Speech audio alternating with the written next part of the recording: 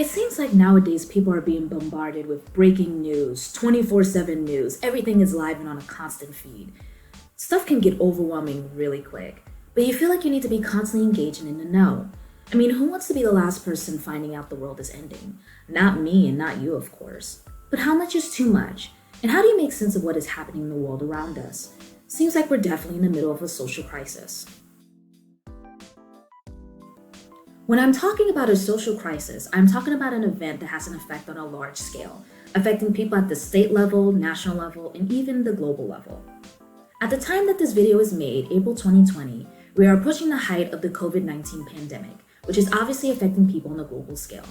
So how do we cope with everything that's happening around us?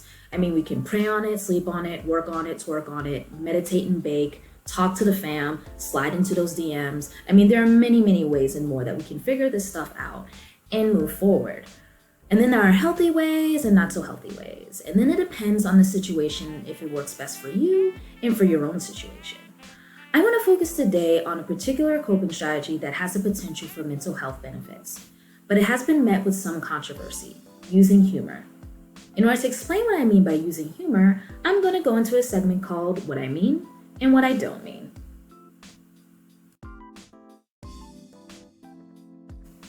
What I don't mean. Social crisis in itself is a laughing matter.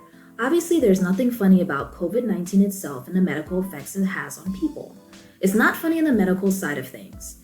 Just want it to be known that I am not here to make fun of the medical effects of this disease or similar epidemics in the past and in the future. What I do mean.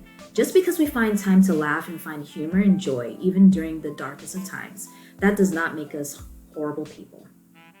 What I don't mean. Laughing at other people's expense. This can really turn hurtful for people we know or don't know, especially if it starts to show those is. Racist comments, sexist comments, heterosexist comments, etc. Hateful comments, even if they're thinly veiled by humor, they are not funny at all. What I do mean. Consensual, playful humor. Gottman, this really cool relationship therapist, says there are certain types of relationship systems, and one of them is a type of couple or relationship or friendship where people bust each other's chops, poke fun of each other. We may know people or a group of people that engage in this type of humor. This type of relationship or friendship works because both or all people in it are in the joke, and they consent to this type of humor. You just have to know the person or people really well and have a conversation about this before and while engaging in this type of humor. If not, it could get messy and hurtful as well. So why use humor to cope at all? So, we know through our own personal experiences and through research that humor and laughter do have benefits. First, it releases those endorphins everyone's been talking about, making you feel all nice and chill. It also has positive benefits for your mental health and wellness. And lastly, it can bring people closer together. So how can humor look like a healthy coping strategy? For this section, what I'm going to do is I'm going to give you examples, but I'm also going to go a little bit off script to give you particular examples of what I mean for each of the items that I talk about. So, number one, using humor to highlight the social injustices of our current system. A lot of times I see this showing up in memes used in social media.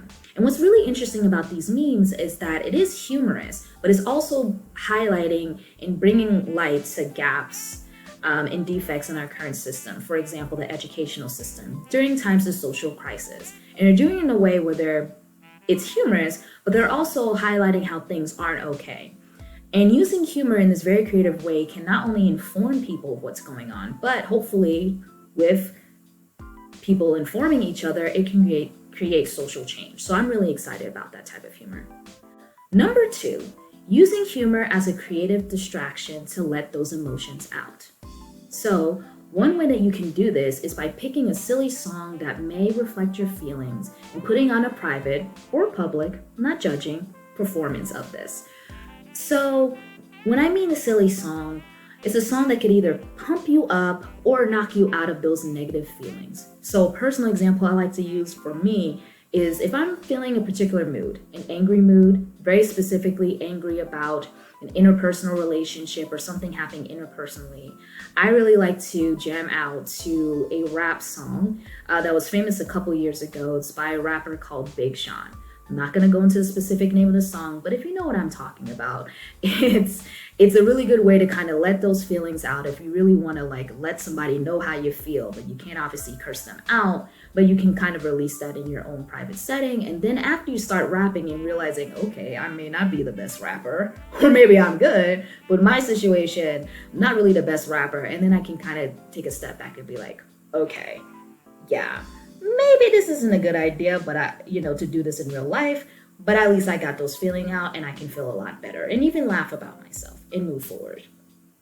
While we're on that similar step, having a dance party in general, being able to sing and dance if you got the moves, or not if you don't have the moves.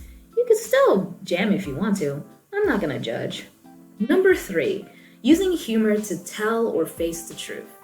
So, in a type of therapy called dialectical behavior therapy, there's a concept called radical acceptance. And so what radical acceptance is essentially is instead of dedicating your energy to denying or pretending things aren't the way that they really are, which this denial can really deplete your energy and your mood and prevent you from moving forward, instead of doing that, you bravely face reality and accept it for what it is. So, just want to make this clear, acceptance does not mean that you think everything is good, hunky-dory, fine, perfect, and okay. No, there's no kumbaya here, folks, okay? It's accepting it for what it is. And if you use humor creatively, it can definitely highlight this acceptance and this fact while cushioning the blow. So examples could be hashtags like this awkward moment when, this is real life, FML, things like that, where you're kind of highlighting the truth, but you're doing it in kind of a cheeky way. But you're still fully accepting it. That's important. Number 4, using humor to externalize our emotions and lessen the effect of the negativity. So this concept is coming from another type of therapy, which is similar to dialectical behavior therapy, called acceptance and commitment therapy, or ACT for short. So a really good example comes from a show that was popular a couple of years ago called Crazy Ex-Girlfriend. So in this show, a really short synopsis of the show is a show that is centered on a woman who lives her life through song, where she has these vivid memories or vivid visualization of different aspects of her life, but through song. It's a musical, basically. And so one of her songs is called You Ruin Everything. And this is really a good example of using humor to externalize a negative emotion. So whenever you're feeling sad or upset or anxious, it could be a good idea to put those feelings into a silly, over-exaggerated song. So why this helps is that it can actually help you get out those automatic negative thoughts that have been going through our mind, and they're so quick and so automatic that we don't even think about them, but we internalize the negative effects. So by writing it out in song and performing it, you're able to not only get that out and sit with it, but you're able to start identifying those particular thoughts that are particularly unhelpful and inaccurate. So ways to kind of guide that conversation as you're getting those emotions out in song is asking questions after you've written the song or perform it, asking your questions. Am I jumping to conclusions here with my thoughts? Am I fortune telling that everything in the future will end up badly? Am I name calling myself, right? That is something I feel like a lot of people do often, but they don't realize the negative effects. If I'm calling myself an idiot, a jerk, a loser, right? You can be internalizing these feelings and actually really believing it in yourself. Name calling isn't a good thing, right? It can kind of make you sit into that negativity, even whether you realize it or not. Some other good questions to kind of guide you through after you're getting that emotion out in song is asking questions like, am I minimizing the positives in the situation, however big or small they may be? And so being really creative about this. And I really encourage you to, watch Crazy Ex-Girlfriend. It's a really, really good show in general. But that particular song, I believe it's in the first or second season, But if you research and look up the soundtrack, it's available on many different music platforms. You're able to get a sense of what I'm talking about. You can use that as inspiration to kind of get that out. It might sound weird and silly in the beginning, but I promise you, once you get that out and you start being creative with it, you can really start to not only externalize those feelings, but start to question them and being like, okay, is this as really, really awful as I'm making it to be? Or there's some unhelpful and inaccuracies in there. And then you'll be able to kind of not only have that release, but have the capacity to move forward. So those are just 4 examples of many different types of ways that you can engage in this process. So with that, go off and go forth and be funny. Like I said, just because we can find, some sort of humor and joy during these dark and uncertain times, that does not make us horrible people. We have the capacity and resilience to move forward and be able to take some positivity with us. So I really do hope that you enjoyed this conversation, this presentation. Stay well and stay safe.